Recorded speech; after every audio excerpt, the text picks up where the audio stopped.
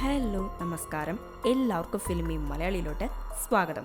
അപ്പോൾ നമ്മൾ ഇന്ന് കാണാൻ പോകുന്നത് 2025 പുറത്തിറങ്ങിയ കിതാബ് സിജിൻ ഡാൻ ഇലിയൻ എന്ന ഒരു അടിപൊളി ഇന്തോനേഷ്യൻ ഹൊറർ ത്രില്ലർ മൂവിയാണ്. അപ്പോൾ നമുക്ക് ഡയറക്റ്റ് മൂവിയിലോട്ട് കിടക്കാം. വാ. സിനിമയുടെ സ്റ്റാർട്ടിംഗ് സീനിൽ നമ്മുടെ ഹീറോയിനും അവളുടെ അച്ഛനും അമ്മയും ഒരുമിച്ചിരുന്ന് ഭക്ഷണം കഴിച്ചുകൊണ്ടിരിക്കുക. ഇന്നേരം അച്ഛൻ അമ്മയ്ക്ക് ടാബ്ലറ്റ് കൊടുത്ത് ഇത് കഴുകി, അപ്പോൾ നിന്റെ അസുഖമെല്ലാം ഭേദമാകുമെന്ന് പറയും. ഇല്ല, ഇതൊന്നും കഴിച്ചാലും എൻ്റെ അസുഖം ഭേദമാകില്ല. ഇത് പറഞ്ഞു തീരുമ്പോഴേക്കും അവളുടെ കൈകളിലെല്ലാം തൊലി നീങ്ങി അതിൻ്റെ ഉള്ളിൽ നിന്ന് ആണി പൊന്തി വരാൻ തുടങ്ങി. കയ്യിൽ മാത്രമല്ല, അവളുടെ കണ്ണിൽ നിന്നും ആണി വരാൻ തുടങ്ങി. ഇത് കണ്ട് അപ്പനും മോൾക്കും ഒന്നും മനസ്സിലാകില്ല. അമ്മയാണെങ്കിൽ വേദന കൊണ്ട് വാ വിട്ട് കരയാൻ തുടങ്ങി. ഇപ്പോൾ അമ്മ ഹീറോയിൻ്റെ കയ്യിൽ മുറുക്കി പിടിക്കും. ആ പിടുത്തം അവൾക്ക് ഭയങ്കര വേദനയായിരിക്കും. അമ്മ, എനിക്ക് കൈ വേദനിക്കുന്നു. അച്ഛൻ അമ്മയുടെ കൈ വിടിയിച്ച് അവൾ ഒരു മുറിയിലേക്ക് ആക്കി. മോൾ ഇവിടെ ഇരിക്കേ, അച്ഛൻ പോയി നോക്കിയിട്ട് വരാമെന്നും പറഞ്ഞ് ഡോർ ലോക്ക് ചെയ്ത് പുറത്തേക്ക് പോയി. അച്ഛൻ പുറത്ത് പോയി കുറച്ച് സമയത്തിനുള്ളിൽ തന്നെ അവിടുന്ന് വലിയ ഒച്ചയും ബഹളമെല്ലാം കേൾക്കും. അധികം വൈകാതെ കറണ്ട് കട്ടാകും. അതേ ടൈമിൽ ഇവളുടെ മുറിയുടെ വാതിലിൻ്റെ ഒരു ഭാഗം ടപ്പേന്ന് പൊട്ടും. അതിലൂടെ ഇവൾ എത്തി നോക്കിയാൽ ടക്കെന്ന് ഇവളുടെ അമ്മ ഒരു രാക്ഷസിയായി അതിലൂടെ ഇവളെ നോക്കി നിൽക്കുന്നു. പേടിച്ച് ഇവൾ മയങ്ങി വീഴും. ഇപ്പോൾ മയക്കത്തിൽ നിന്ന് അവൾ കണ്ണ് തുറന്നു നോക്കിയാൽ പോലീസുകാർ ഇവളുടെ വീട്ടിലേക്ക് വന്നിട്ടുണ്ട്. കൂടാതെ ഇവളുടെ അച്ഛനും അമ്മയും വളരെ ക്രൂരമായ രീതിയിൽ മരണപ്പെട്ട് കിടക്കുന്നു. ഈ കാഴ്ച കണ്ട് അവൾ വാ വിട്ട് കരയും. ഈ ടൈമിൽ അവിടേക്ക് അവളുടെ അച്ഛൻ്റെ രണ്ടാം ഭാര്യ എത്തും. എത്തിയ പാടെ തൻ്റെ ഭർത്താവ് മരിക്കാൻ കാരണം നീയൊക്കെ തന്നെയാണെന്ന് പറഞ്ഞ് വളരെ മോശമായ ഒരു വാക്ക് നമ്മുടെ ഹീറോയിനെ വിളിക്കും. അവിടെ സീൻ കട്ട് ചെയ്താൽ 20 വർഷങ്ങൾക്കിപ്പുറം നമ്മുടെ ഹീറോയിൻ അവളുടെ രണ്ടാനമ്മയുടെ കൂടെ താമസിക്കുന്നത് ഒരു വേലക്കാരിയെ പോലെ. രണ്ടാനമ്മയ്ക്ക് വയസ്സായി, നടക്കാനൊന്നും പറ്റില്ല. അവൾക്ക് ഭക്ഷണം കൊടുക്കുന്നതും കുളിപ്പിക്കുന്നതും എല്ലാം ചെയ്യുന്നത് നമ്മുടെ നായികയാണ്. ഇത് ലാറ, രണ്ടാനമ്മയുടെ മകളാണ്. ഇത് അവളുടെ ഹസ്ബൻഡ്. ഇവർക്കൊരു ആൺകുട്ടിയും പെൺകുട്ടിയും ഉണ്ട്.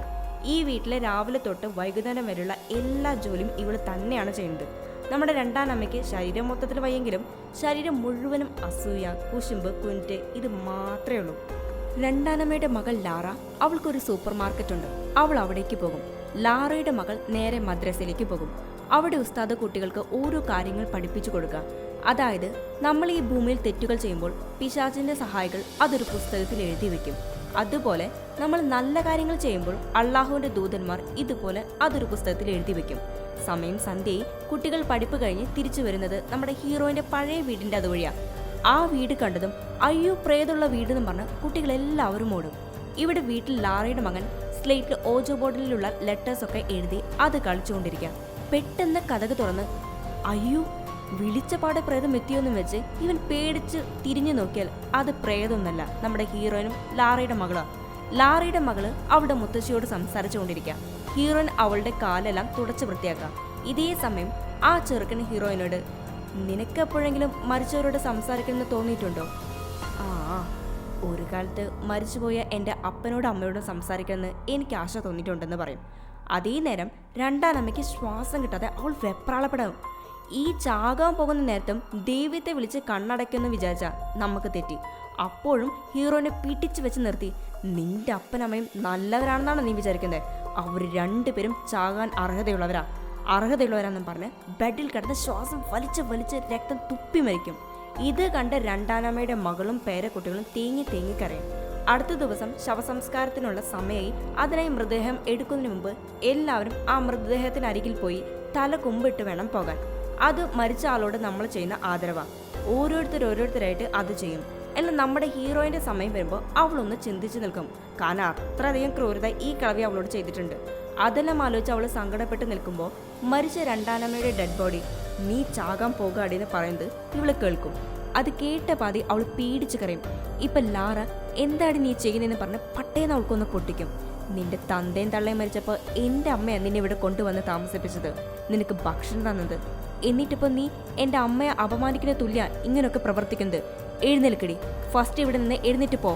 പാവം നമ്മുടെ ഹീറോയിൻ പേടിച്ച് അവിടെ ഇരുന്ന് കരയും. അതുപോലെ ലാറയ്ക്ക് എന്താ ഇവളുടെ മേൽ ഇത്ര ദേഷ്യം എന്ന് വെച്ചാൽ, ആദ്യം നമ്മുടെ ഹീറോയിൻ്റെയും ലാറയുടെയും അച്ഛൻ ലാറയുടെയും അവളുടെ അമ്മയുടെ കൂടെ താമസിച്ചിരുന്നത്. എന്നാൽ കുറച്ച് കാലങ്ങൾക്ക് ശേഷം ലാറയുടെ അമ്മയുടെ കൂടെ താമസിക്കാൻ പറ്റില്ല എന്നും പറഞ്ഞ് ലാറയുടെ അമ്മയെ ഉപേക്ഷിച്ച് ഇവിടെ വന്ന് നമ്മുടെ ഹീറോയിൻ്റെയും അവളുടെ അമ്മയുടെയും കൂടെ താമസിക്കും. ആ ഒരു ദേഷ്യത്തിൽ അവൾ ചറ പറന്നടിക്കുന്നത്.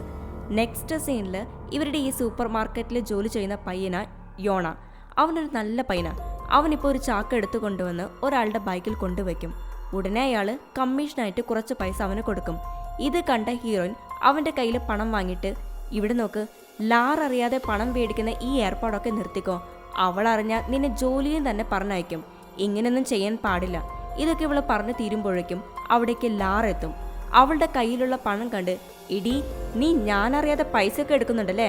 അയ്യോ ഇല്ല ലാറ, നീ എന്നെ തെറ്റിദ്ധരിച്ചിരിക്കുക എന്നൊക്കെ പറഞ്ഞ് ഇവൾ പറഞ്ഞു വരുമ്പോഴേക്കും രണ്ടാനമ്മ ഇവളെ എങ്ങനെയാണോ ട്രീറ്റ് ചെയ്തിരുന്നത് അതുപോലെ ലാറ ഇവളെ ചറ പറന്നടിക്കും. പണം മോഷ്ടിക്കുന്ന സ്വഭാവമൊക്കെ നിർത്തിക്കോ. ഇത് കേട്ട് ടെൻഷനായി ഹീറോയിൻ ലാറയെ അടിക്കാൻ പോകുന്ന ആ ഒരു അവസ്ഥയിലെത്തും. എന്നാൽ അതിനു മുൻപേ ലാറ, എന്താടി എന്നെ അടിക്കണമെന്ന് നിനക്ക് തോന്നുന്നുണ്ടോ?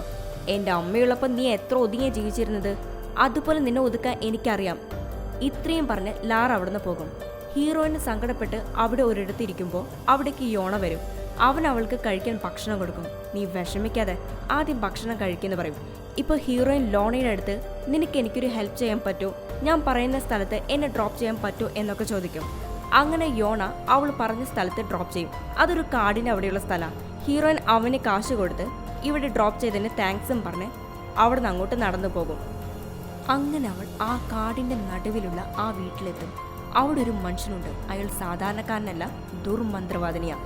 നമ്മുടെ ഹീറോയിൻ അവളുടെ കയ്യിലുള്ള ഒരു ഫോട്ടോ കാണിക്കും. അത് നമ്മുടെ രണ്ടാനമ്മയുടെ മൊത്തം കുടുംബത്തിൻ്റെ ചിത്രം. ഇതിലുള്ള എല്ലാവരും മരിക്കണം. വെറുതെ മരിച്ചാൽ പോരാ, നീറി മരിക്കണം. അതിനെനിക്ക് നിങ്ങളുടെ സഹായം ആവശ്യമുണ്ട്. അയാളും സമ്മതമോളും. അയാൾ അവളെ മറ്റൊരു മുറിയിലേക്ക് കൂട്ടിക്കൊണ്ടുപോയി. ഇപ്പോൾ ശക്തമായിട്ട് മന്ത്രങ്ങൾ ചൊല്ലാൻ ആരംഭിക്കും. അവിടെ വച്ചിരുന്ന ആണികൾ അങ്ങോട്ടും ഇങ്ങോട്ടും ഇളകാൻ ആരംഭിക്കും. അതേ നേരം അയാളുടെ കയ്യിലുണ്ടായിരുന്ന ആ ഫോട്ടോ കത്താൻ ആരംഭിക്കും. നമ്മളിപ്പോൾ ചെയ്യാൻ പോകുന്ന ആചാരം വളരെ അപകടം പിടിച്ചതും വളരെ ക്രൂരത നിറഞ്ഞതാണ്. അതുകൊണ്ട് സൂക്ഷിച്ചു വേണം ചെയ്യാൻ. ഇതിനായിട്ട് 40 ദിവസം മുൻപ് അടക്കം ചെയ്ത ഒരു മൃതശരീരം ആവശ്യമുണ്ട്. അത് നിനക്ക് കൊണ്ടുവരാൻ പറ്റുമോ? അവൾ നല്ല പോലെ ചിന്തിച്ച് കൊണ്ടുവരാമെന്ന് പറയും. 40 ദിവസം മുൻപ് എൻ്റെ രണ്ടാനമ്മയുടെ ശരീരം സംസ്കരിച്ചിട്ടുണ്ടായിരുന്നു. അത് കൊണ്ടുവന്നാൽ മതിയോ? ശരി, അത് മതി. അതാകുമ്പോൾ ചെയ്യുന്ന ആചാരങ്ങൾക്ക് ഇരട്ടി ഫലം ലഭിക്കും. ഇത്രയും പറഞ്ഞ് അയാൾ വലിച്ചിരുന്ന അത് അവളുടെ കൈവെള്ളയിൽ കുത്തി അമർത്തി അത് മുഖത്തോട് ചേർത്ത് പിടിക്കാൻ പറയും. അങ്ങനെ യോണയുടെ സഹായത്തോടെ ഇവൾ രണ്ടാനമ്മയുടെ ബോഡി പുറത്തേക്കെടുത്തു ഇയാളുടെ അടുത്ത് എത്തിക്കും. ഇവൾ ഒരാളെ കൊണ്ട് അതെടുക്കാൻ സാധിക്കില്ലല്ലോ. അതിനാൽ അവള് യോണയുടെ സഹായം ചോദിച്ചത്. ദുർമന്ത്രവാദിനിയുടെ അടുത്ത് ഈ മൃതശരീരം എത്തിച്ചതിന് ശേഷം യോണയോട് ഇവരെ പുറത്തു നിൽക്കാൻ പറയും. ഇതിനുശേഷം മന്ത്രവാദിനി അവളുടെ കയ്യിൽ ഒരു അരിവാള് കൊടുത്ത് കറുപ്പാടിൻ്റെ തല വെട്ടി കോഴിയുടെ കഴുത്ത് ഒടിച്ച് അതിൽ നിന്ന് വരുന്ന രക്തവും ആടിൻ്റെ രക്തവും ഒന്നാക്കി കലക്കി ആടിൻ്റെ തോല് ഉരിച്ചെടുത്ത് ശേഷം ഈ രക്തത്തിൽ ഒരു കയറ് മുക്കിയെടുത്ത് ആ തോലിൽ രണ്ടാനമ്മയുടെ പേരെഴുതി അത് ചുരുട്ടിപ്പിടിച്ച് കൈകളിൽ ആ രക്തമാക്കി ദുർമന്ത്രവാദിനി പറഞ്ഞു തരുന്ന അതേ രീതിയിൽ അവളും മന്ത്രങ്ങൾ ചൊല്ലാൻ ആരംഭിച്ചു. മന്ത്രങ്ങൾ ചൊല്ലി അവസാനിച്ചതും ആ മൃതശരീരത്തിൻ്റെ വാ അങ്ങ് തുറന്നു. നിനക്ക് ആചാരങ്ങൾ ചെയ്യാനുള്ള അനുമതി കിട്ടിയെന്ന് അയാൾ പറയും. ഇപ്പം അവൾ രണ്ടാനമ്മയുടെ പേരെഴുതി ചുരുട്ടി വെച്ച് ആ സംഭവം അത് ആ വായിലിട്ട് വാ അങ്ങ് വേഗം അടയ്ക്കും. ഇപ്പോൾ നമ്മൾ ചെയ്യേണ്ട മന്ത്രങ്ങളെല്ലാം ചെയ്തു തീർത്തു. ഇനി നീ നിനക്ക് കൊല്ലേണ്ടവരെ ഓരോരുത്തരെടുത്തായി അവരുടെ പേര് ഇതുപോലെ തോലിലെഴുതി ഈ മൃതശരീരത്തിൻ്റെ എവിടെയെങ്കിലും കീറി അതിനുള്ളിലേക്ക് ഇറക്കി വെച്ച ശേഷം കീറിയ ഭാഗം തയ്ച്ചു വെക്കണം. നിനക്ക് കൊല്ലേണ്ട അത്രയും പേരെ എത്രയും പെട്ടെന്ന് ഈ മൃതശരീരം അഴുകുന്നതിന് മുൻപ് കൊല്ലണം. ഇല്ലെങ്കിൽ അഴുകി തുടങ്ങിയ തുന്നാൻ പറ്റാതെയാകും. അവസാനം അത് നിന്റെ നാശത്തിന് തന്നെ കാരണമാകും. സൂക്ഷിക്കണം. ഇവിടെ നമ്മുടെ ലാറയുടെ മകൾ നിസ്കരിച്ചു കൊണ്ടിരിക്കുക. അതേ നേരം അവർ വീടിൻ്റെ ജനൽ പൊട്ടും. കൂടാതെ താഴെ ഇവരുടെ ഫാമിലി ഫോട്ടോ ഒന്നുണ്ടായിരുന്നു. അതിപ്പോൾ താഴെ വീഴും. ശബ്ദം കേട്ട് ഇവള് താഴേക്ക് വരും. എങ്ങനെ ഈ ഫോട്ടോ താഴെ വീണ് പൊട്ടിയതെന്ന് ആലോചിച്ച് താഴേക്ക് ഇറങ്ങുമ്പോൾ ഇവളുടെ കാലിൽ ഒരു ചില്ലി കഷ്ണം കുത്തും. ഒരു വിധേന വേദന സഹിച്ച് അത് പറിച്ചെടുത്ത് നിൽക്കുമ്പോൾ ഇവളുടെ മുത്തശ്ശിയുടെ മുറിയിൽ നിന്ന് മുത്തശ്ശി കരയുന്ന ശബ്ദം കേൾക്കും. ഉടനെ എന്താതെന്നും വെച്ച് അവിടേക്ക് ചെല്ലും. പക്ഷെ അവിടെ ആരെയും കാണുവാനില്ല. അതേ നേരം ബെഡിലുണ്ടായിരുന്ന പാത്രം താഴേക്ക് വീഴും.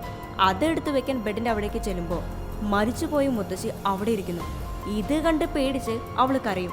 അതേസമയം അവിടേക്ക് ഹീറോയിൻ എത്തും. എന്തു പറ്റി? എന്തിനാ നീ കരയുന്നത്? അതവിടെ മുത്തശ്ശിയെ ഞാൻ കണ്ടു എന്ന് പറയും. ഇവിടെ ഒന്നുമില്ലല്ലോ, നിനക്ക് തോന്നിയതാ, പോയി കിടന്നിറങ്ങ്.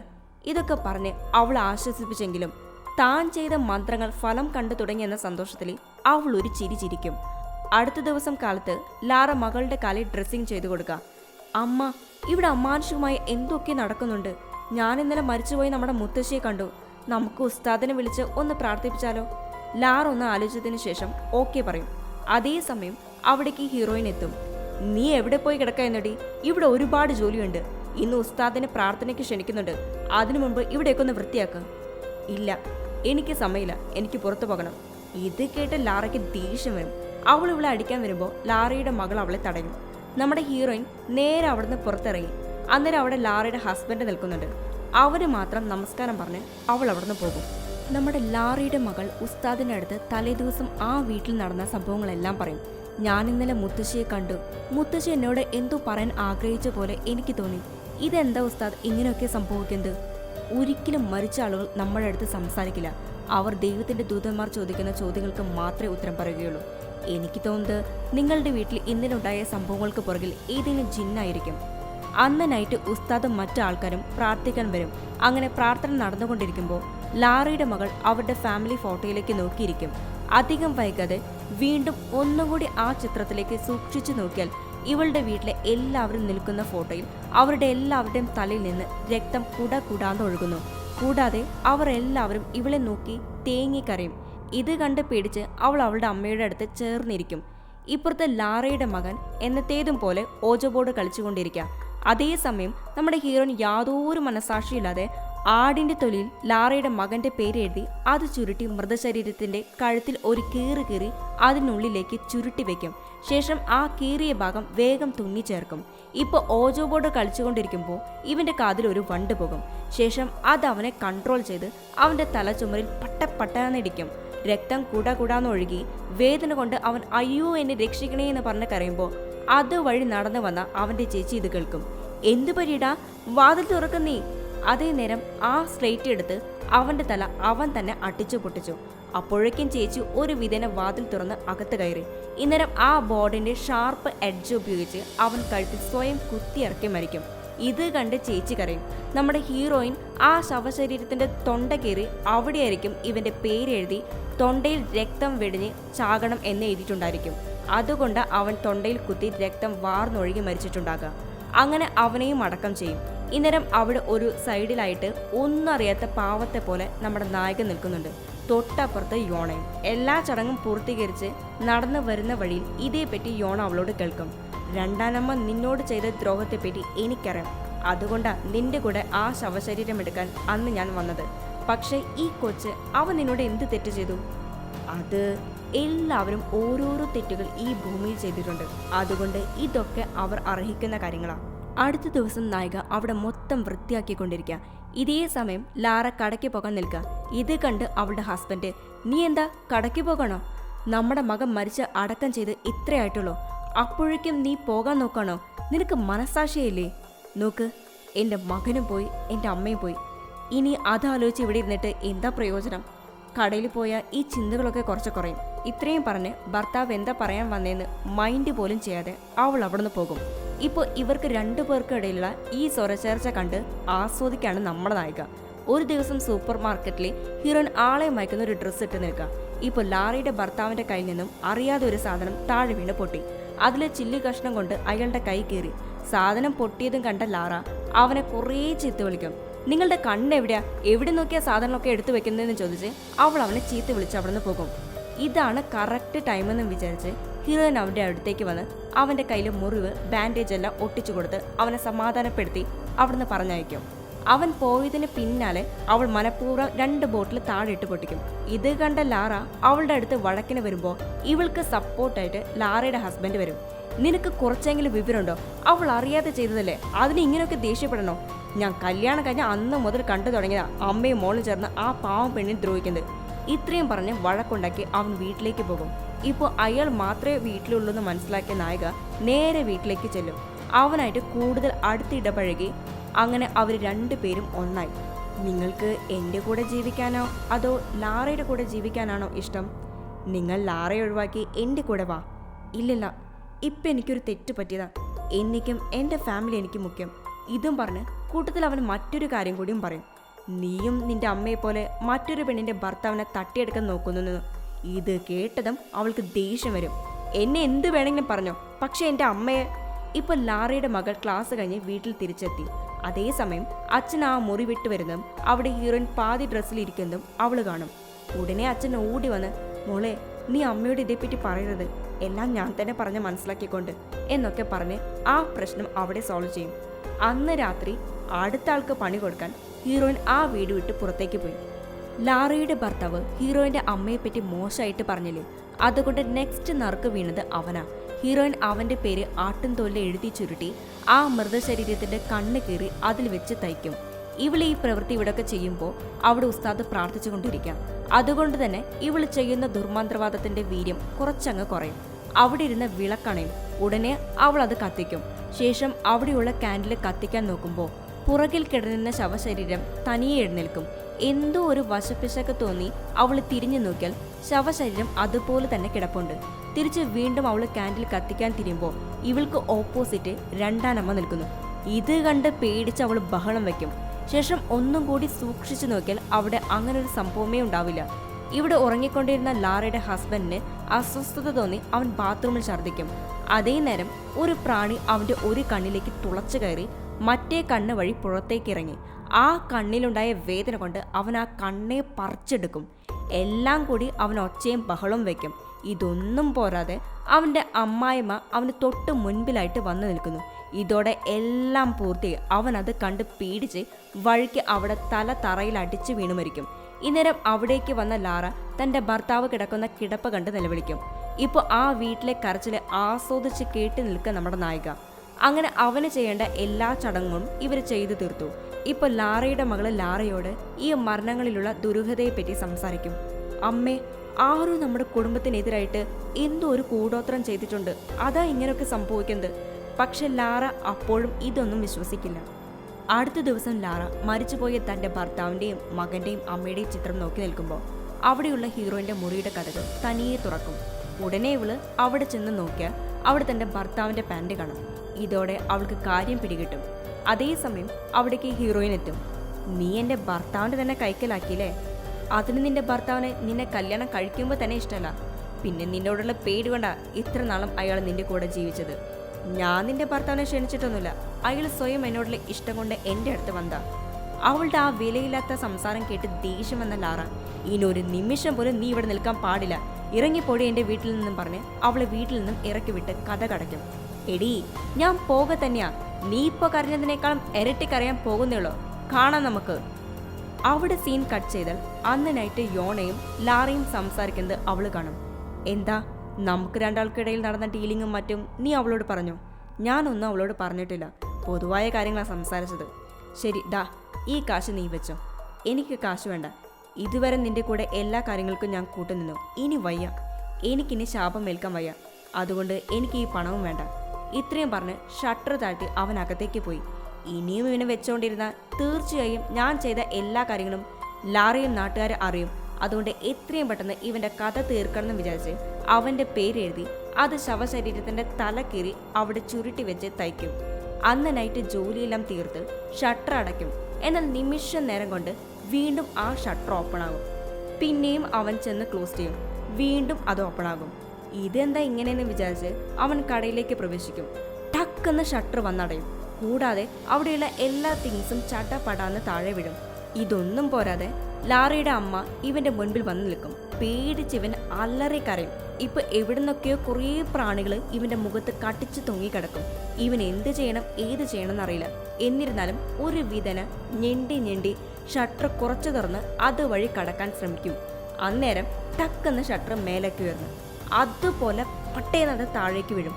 ആ വീണത് അവന്റെ തലയിലേക്കാണ്. തല ചിന്നി ചെതറിപ്പോയി. ഇതോടെ അവന്റെ ജോലിയും തീരും. യോണ മരിച്ചതറിഞ്ഞ് അവിടേക്ക് ലാറയും അവളുടെ മകളും പാഞ്ഞെത്തും. ആ കാഴ്ച കണ്ട് ലാറ ആകെ തളർന്നു പോയി. പക്ഷെ ഈ കാഴ്ച കണ്ട് രസിച്ച് നിൽക്കുന്ന നായിക നെക്സ്റ്റ് ലാറയുടെ മകൾക്കുള്ള ആപ്പ് വെച്ച് തയ്യാറായിട്ടിരിക്കവള്. ഇന്നേരം ഇവിടെ ലാറയുടെ മകള് പ്രാർത്ഥിച്ചുകൊണ്ടിരിക്കാം. പെട്ടെന്ന് സീലിങ്ങിന്റെ ഒരു ഭാഗം അടർന്നു വീഴും. അപ്പോഴേക്കും കറണ്ട് പോകും. ഉടനെ ഇവള് ടോർച്ച് അടിച്ച് അമ്മയുടെ മുറിയിൽ പോയി അമ്മയെ തേടിയ അവിടെ ഒന്നും കാണുവാനില്ല. അതേസമയം കട്ടിലിൻ്റെ അടിയിൽ നിന്ന് കറുമുറുന്ന് എല്ലിക്കഷ്ണം കഴിക്കുന്ന ശബ്ദം കേൾക്കും. ആരാതെന്നും വെച്ച് ടോർച്ച് അടിച്ചു നോക്കിയാൽ അത് ഇവളുടെ അമ്മ ലാറയാ. വിടില്ല ഞാൻ നിന്നെ, നിന്റെ അന്ത്യം എൻ്റെ കൈക്കൊണ്ടാ. ഇവർക്കെതിരെ പ്രവർത്തിച്ചിരുന്ന ജിന്ന് ഇപ്പോൾ ലാറയുടെ ശരീരത്തിൽ പ്രവേശിച്ചു കഴിഞ്ഞു. ഇത് കേട്ട ഉടനെ ലാറയുടെ മകൾ അവളെ ആ മുറിയിലിട്ട് പൂട്ടി പുറത്തേക്ക് ഓടി. എന്നാൽ ആ സമയം കൊണ്ട് ലാറ ആ വാതിലെല്ലാം അട്ടിച്ചു പൊട്ടിച്ചു. അപ്പോഴേക്കും ഇവള് ഫോൺ എടുത്ത് ഉസ്താദിനോട് സഹായം തേടാൻ നിൽക്കുമ്പോൾ ആ പ്രേതം ഇവളുടെ മുറിയിലേക്ക് വരും. ഇത് മനസ്സിലാക്കി അവള് ഒരു കബോർഡിൽ കയറി ഒളിക്കും. അവിടെ ഇരുന്ന് ഉസ്താദിന് ഫോൺ ചെയ്യും. അതേ നേരം പ്രേതം ഈ മുറിയിൽ കയറി അവളിരിക്കുന്ന കബോർഡിനൊക്കെ തട്ടി നോക്കും. കുറച്ച് സമയത്തിനുള്ളിൽ പുറത്തു നിന്ന് ശബ്ദം കേൾക്കാനില്ല.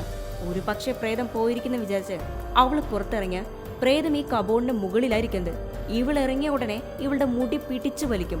അത് തട്ടി മാറ്റി അവൾ ഓടാൻ നോക്കുമ്പോൾ ശക്തിയായിട്ട് അവളുടെ കഴുത്തിന് പിടിച്ചു ഞെരുക്കും.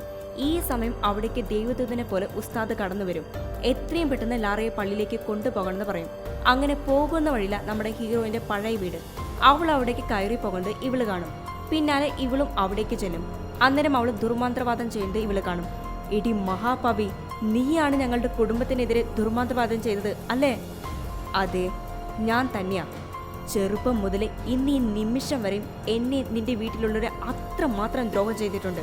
എനിക്ക് താങ്ങാവുന്നതിനപ്പുറം. എൻ്റെ അമ്മയും മുത്തശ്ശിയും നിന്നോട് ദ്രോഹം ചെയ്തിട്ടുണ്ട്. പക്ഷേ എൻ്റെ അച്ഛനും അനിയനും അവർ നിന്നോട് എന്ത് തെറ്റ് ചെയ്തു?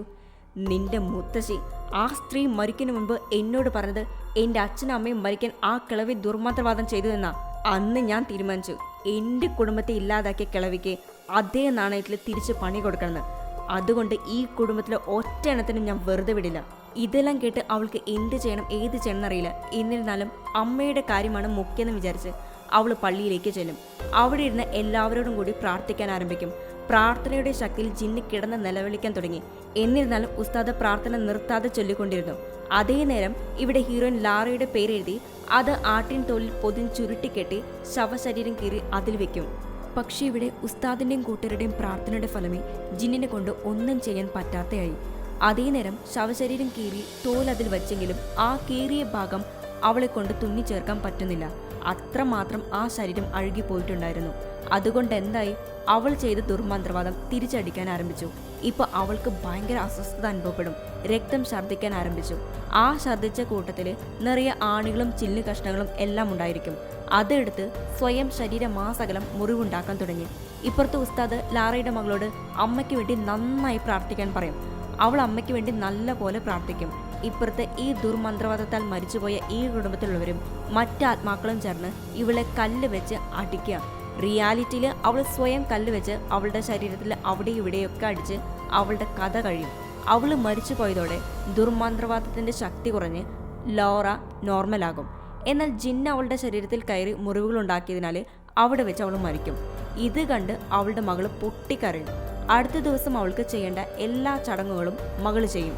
നമ്മുടെ ഹീറോയിന്റെ കുട്ടിക്കാലം മുതൽ ആരും അവളെ ഈ കുടുംബത്തിലെ അംഗമായിട്ട് കണ്ടിട്ടില്ല, അങ്ങനെ പെരുമാറിയിട്ടുമില്ല. പക്ഷെ ലാറയുടെ മകള് അവളുടെ വീട്ടിലുള്ള ബാക്കിയുള്ളവർക്ക് കൊടുത്ത അതേ ആദരവോടെ അവരെ അടക്കിയ അതേ സ്ഥലത്ത് ഹീറോയിനും അടക്കം ചെയ്യും. അവൾക്ക് ചെയ്യേണ്ട എല്ലാ കർമ്മങ്ങളും ഒരു കുടുംബത്തിലെ അംഗത്തെ പോലെ അവൾ ചെയ്യും. ഇതോടെ ഈ സിനിമയോട് അവസാനിക്കും. ബായ്.